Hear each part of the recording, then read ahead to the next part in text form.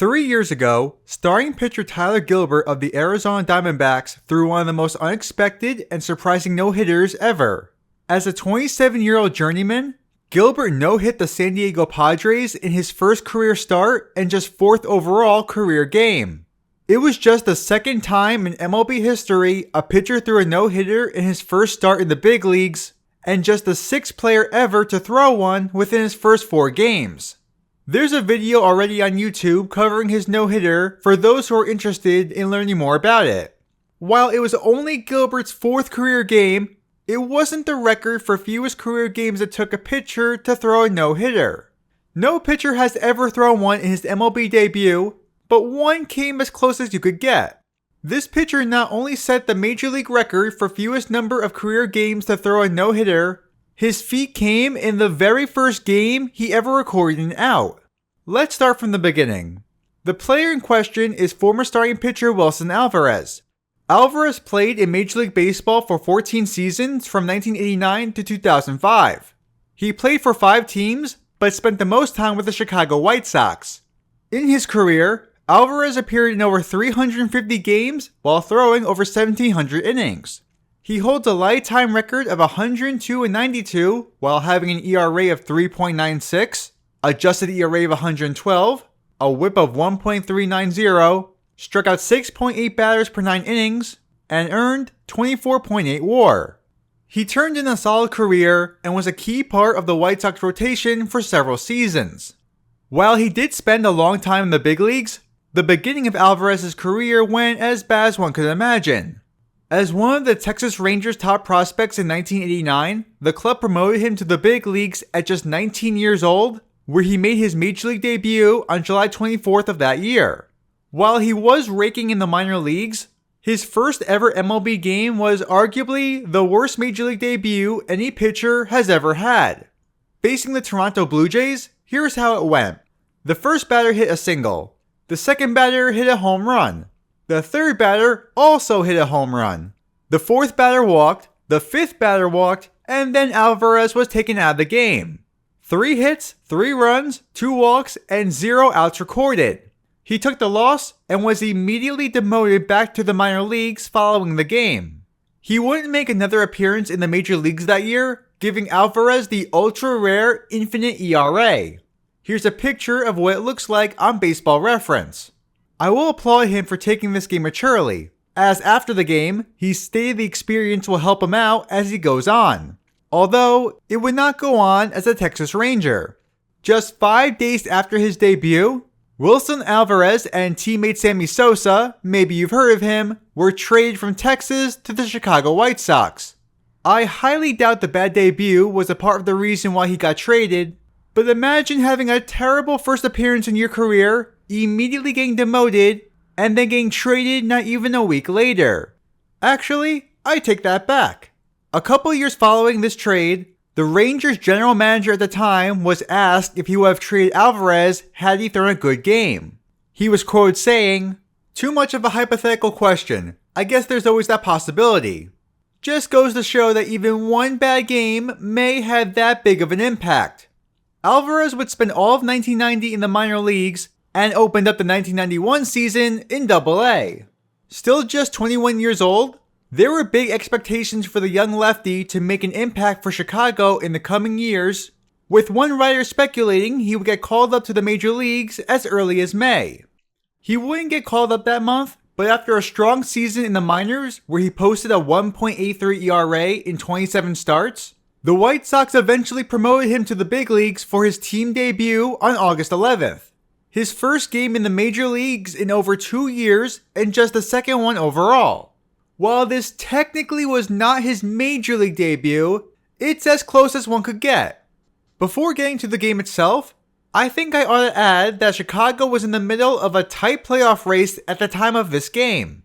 Entering August 11th, they were in second place in the American League West Division, just 1 game behind the Minnesota Twins. Now is also a good time to mention that, in the past 70 years at that point, the White Sox made the playoffs a grand total of 2 times, with 0 World Series wins. Given this golden opportunity to erase 7 decades of mediocrity, They hand the ball to a 21-year-old who's never recorded a single out at the major league level. No pressure at all. The good news for Alvarez was he got to face the Baltimore Orioles, albeit on the road. Baltimore was 23 games under 500 at the time and would finish the season with 95 losses. The White Sox would also immediately give him run support. In the top of the first, slugger Frank Thomas blasted an opposite field 2-run home run to give Chicago an early 2-0 lead. Those would be the only runs scored that inning, and Wilson Alvarez took the mound in the bottom half. In what could be described as a juxtaposition to his previous start, nothing could have gone better for him here. He struck out the side in the bottom of the first, including getting that season's MVP Cal Ripken Jr. chasing for the third out. That inning would be the epitome of how in control Alvarez was all game. He struck out Bob Melvin in the third inning and Mike Devereaux in the sixth for 6 hitless innings. He allowed only 2 walks while striking out 5 so far. In between then, the White Sox torched the Orioles pitching, scoring 7 runs, with 3 of them being driven in by Frank Thomas. As the game progressed, Alvarez got bailed out a number of times to keep the no-hitter alive. With 1 out in the 7th, Cal Ripken Jr. hit a slow dribbler in front of home plate. Alvarez and the catcher Ron Karkovice charged it, with Karkovice fielding the ball, and he threw it wild at first, allowing Ripken to reach base. When White Sox manager Jeff Torborg went out to argue Ripken was out of the baseline, the official scorer ruled it an error rather than an infield hit. Following a pop-out and walk, David Segui lined the ball to right field, but it was right at Warren Newson for the third out, giving Alvarez 7 hitless innings. He was at 98 pitches through 7, but came back out in the top of the 8th, where the defense helped him out once again. Leading off the inning was Chris Hoyles, who lined the ball into center field, where Lance Johnson made the incredible diving catch to rob Hoyles of a hit. One of the finest no-hitter saving catches you'll ever see.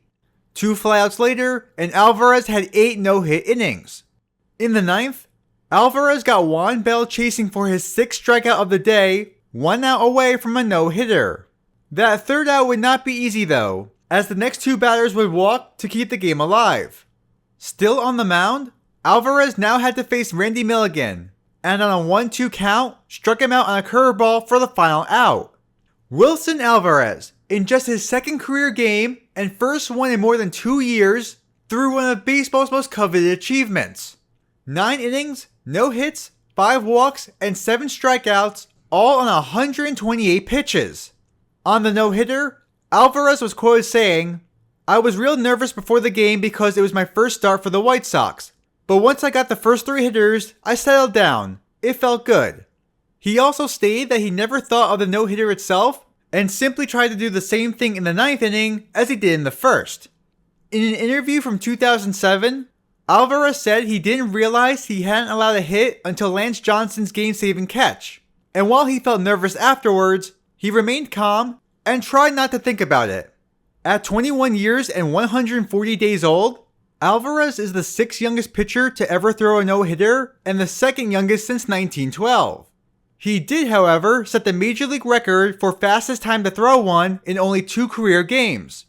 For anyone curious about how the White Sox finished the season, it didn't go so well. Following this game, Chicago went on a 2-15 stretch and would finish the year in 2nd place. Putting that aside, there have been 325 no-hitters in MLB history as of this video's upload date, and the one thrown almost 33 years ago to the day might be the most unexpected one ever.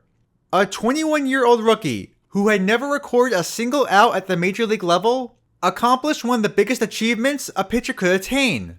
Given the circumstances, it will likely be a feat we never see again.